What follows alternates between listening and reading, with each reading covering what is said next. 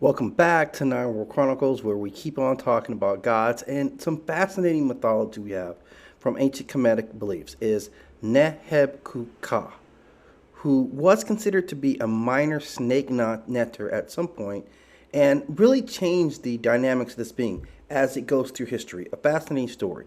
He's been venerated as far back as 1500 BC, but seems to have a much older history. He is essentially an underworld netter, and according to beliefs, he is said to be the son of the earth netter Geb. Now, his story that makes him interesting is that he allegedly had eaten 7 cobras, which would offer him protection against snake bites and cobra stings, but he'll gain other attributes that I'll talk about a little bit later in this. And he is considered now to be one of the guardians of the nswt in the Afterworld, also showing some other Afterworld responsibilities.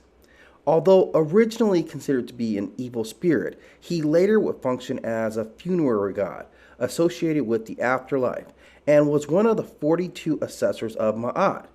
Thus, he's believed to help judge the deceased after death and provide their souls with Ka, the part of the soul that distinguished the living from the dead. Now, he was ultimately considered to be a very powerful and benevolent protector deity.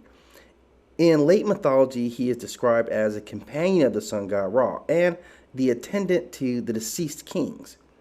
As he is so closely associated with the sun deity, his name was evoked in magical spells for protection, and his festival was widely celebrated throughout the Middle and New Kingdoms.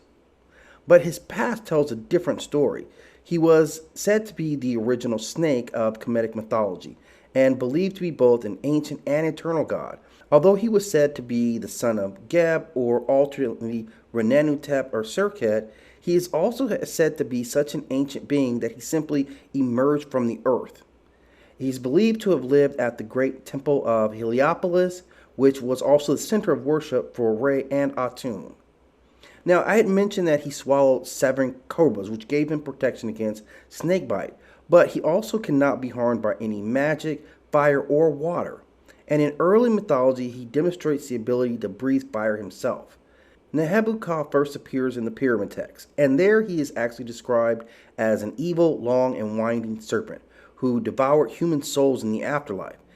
In this context, he is believed to be an enemy of the sun god Re, and Ra is said to have built his sun boats to be able to be pushed by the wind in order to escape Nehebet's many coils, very similar to the story we hear about Apep.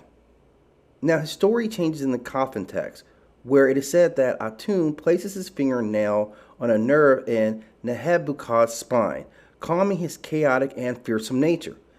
And after that, following more coffin texts, he is considered to be a benevolent and helpful deity who was befriended by the gods and men and enlisted into service. So a massively interesting story about this particular being, very different than anything else we've seen from this mythology. Thank you again for stopping in. As always, I ask that you like and subscribe and go on and click that notification button so you know the next time I drop a new video.